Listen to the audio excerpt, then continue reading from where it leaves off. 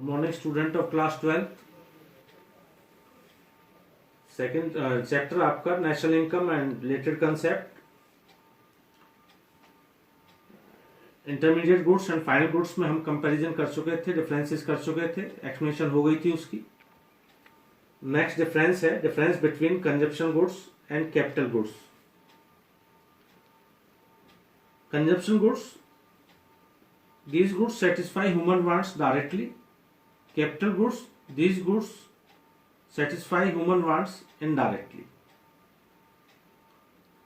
Directly easily आपको concept clear हो गया होगा कि जैसे एक शर्ट है, डायरेक्टली आपकी जो डिजायर है वांट से सेटिस्फाई कर दिया। घी है, सब्जी है, फ्रूट्स है, वेजिटेबल्स हैं, आपका इन्होंने डायरेक्टली आपकी वांट्स को सेटिस्फाई कर देते हैं। बट आपको थोड़ा सा माइंड में कंफ्यूजन आ रहा होगा कि कैपिटल गुड्स कौन सी होती हैं जो इनडायरेक्टली सेटिस्फाई करती हैं। जैसे फॉर एग्जांपल, आपकी शर्ट ने आपको डायरेक्टली सेटिस्फाई कर दिया आपकी डिजायर वांट्स को। अब जो शर्ट जिस मशीन ने सीली है वो कैपिटल गुड्स कहलाई, और मशीन को हम कैपिटल गुड्स कहते हैं। उसने शर्ट नहीं बनती अगर वो मशीन नहीं होती। इसलिए मशीन ने भी आपकी डिजायर्स को सेटिस्फाई किया, लेकिन कैसे है वो दिखाई नहीं दी, वो इनडायरेक्टली है, वो अप्रत्यक्ष रूप से। Second point, these are used by consumers. ये कंज्यूमर्स द्वारा डायरेक्टली यूज की जाती हैं, इसलिए वो उसे डायरेक्ट डिमांड बोल देते हैं। कंज्यूमर्स गुड्स की जो डिमांड होती है वो डायरेक्ट डिमांड कराई जाती है। मीन्स डायरेक्ट डिमांड है, घी की डायरेक्ट कंज्यूमर ने डिमांड कर ली, खत्म बात। ठीक है, आपका वेजिटेबल है, डायरेक्ट डिमांड कर ली कंज्यूमर ने। शर्ट है, डायरेक्ट डिमांड कर दी कंज्यूमर ने। जबकि कैपिटल गुड्स हैं, these are used by producers, ये ड्राइव डिमांड कहलाई जाती है। प्रोड्यूसर्स, कैपिटल गुड्स की डिमांड प्रोड्यूसर करता है। ये आप भी मानते हो कि कैपिटल गुड्स जो पूंजीगत वस्तु होती है, मशीनें होती है, प्रोड्यूसर यूज करता है, डिमांड करता है। लेकिन ड्राइव डिमांड, ड्राइव का मतलब होता है हिंदी में व्युत्पन्न मांग। ड्राइव डिमांड मीन्स, जैसे फॉर एग्जांपल एक टेलर की डिमांड डिपेंड करती है कि उसकी सीली गई शर्ट की मार्केट में डिमांड पर। अगर उसकी सीली गई शर्ट की डिमांड मार्केट में ज्यादा होगी तो उस टेलर की डिमांड भी ज्यादा होगी। इसका मतलब टेलर की डिमांड कैसी है, ड्राइव डिमांड है। इसी प्रकार से किसी मशीन से बनाई गई गुड्स की डिमांड मार्केट में ज्यादा होती है तो उस मशीन की डिमांड भी मार्केट में ज्यादा होगी।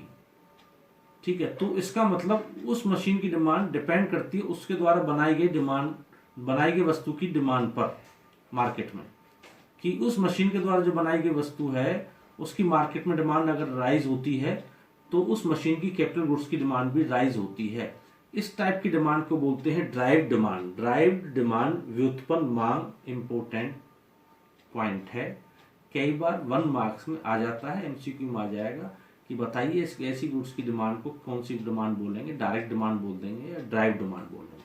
तो ध्यान रखना जो मैंने आपको बताया, जब किसी गुड्स की डिमांड उसके द्वारा की गई उत्पादित वस्तु की, ठीक है, डिमांड पर डिपेंड करती है, ठीक है, तो उसे हम ड्राइव डिमांड बोलते हैं। कंजप्शन, कंज्यूमर गुड्स जो होती हैं, कंजप्शन गुड्स की जो लिमिटेड पीरियड ऑफ टाइम होता है वो लिमिटेड होता है, एक्सपेक्टेड लाइफ टाइम होता है। आपको पता है एक्सपेक्टेड लाइफ टाइम होता है, टाइम लिमिटेड होता है। जबकि कैपिटल गुड्स जो पूंजीगत वस्तु होती है, मशीन वगैरह होती है, उनका क्या होता है, टाइम पीरियड ज्यादा होता है, 1 ईयर से नॉर्मली। नेक्स्ट पॉइंट है, टॉपिक है आपका इन्वेस्टमेंट। इन्वेस्टमेंट ऑलरेडी मैं आपको बता चुका हूं, इन्वेस्टमेंट किसे कहते हैं। It is the addition of the capital stock during a period of time, during a 1 year, that is called the investment. Capital stock में, पूंजीगत वस्तुओं में होने वाली एडिशनल एग्जिस्टिंग स्टॉक में होने वाला जो वृद्धि है ड्यूरिंग 1 ईयर, उसे हम इन्वेस्टमेंट बोलते हैं। इन अदर वर्ड्स में मैंने आपको बताया था, expenditure incurred on capital goods, expenditure incurred on capital goods is called investment. और या हम ये बोल सकते हैं, it is the addition of the existing capital stock during a year is called investment. Clear? I is equal to investment is equal to I is equal to delta K. I investment, delta change addition, और already addition ही होगा, ठीक, obviously. और K means capital stock, K means capital stock, I is equal to delta K. ये आपको MCQ में पूछ सकते हैं, बताइए इन्वेस्टमेंट किसको प्रूव करता है, I is equal to change in, I is equal to किसको करता है investment, I is equal to delta K. अब type of investment, type investment कितने प्रकार का होता है। First gross investment, second investment means the total addition of capital goods, जो टोटल एडिशन हुआ है, कुल जोड़ हुआ है कैपिटल गुड्स का, ठीक है, to the existing stock of capital. Total addition, केवल इन्वेस्टमेंट की डेफिनेशन में यहां पर हमने टोटल वर्ड यूज कर लिया है, ग्रॉस इन्वेस्टमेंट की डेफिनेशन।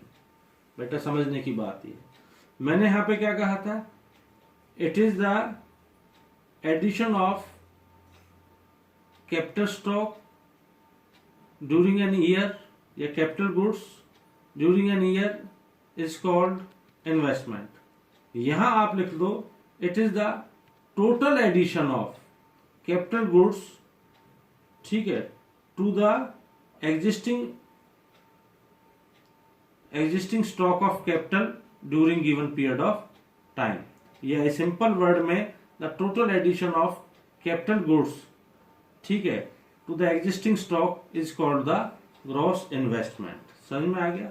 ग्रॉस मीन्स सकल मीन्स टोटल, सारा, ठीक है। तो it is the total addition of capital goods of the existing stock of capital during the period of year is called the gross investment।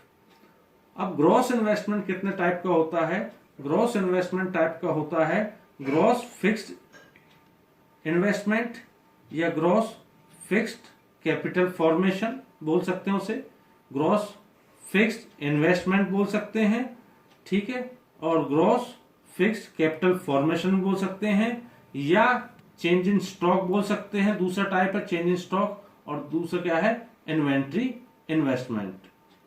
तो ये आपको ध्यान रखना है, कैपिटल गुड्स, कंजप्शन गुड्स और कैपिटल गुड्स में डिफरेंसेस। फिर मैंने इन्वेस्टमेंट की डेफिनेशन आपको बताई, इन्वेस्टमेंट को आई और डेल्टा के होता है। फिर उसके बाद में ग्रॉस इन्वेस्टमेंट किसे कहते हैं, ग्रॉस इन्वेस्टमेंट कितने टाइप का होता है, ग्रॉस फिक्स्ड इन्वेस्टमेंट, ठीक है। नेक्स्ट आपका है दूसरा क्या होता है, चेंज इन स्टॉक। ठीक, आज के लिए बेटा इतना ही, बाकी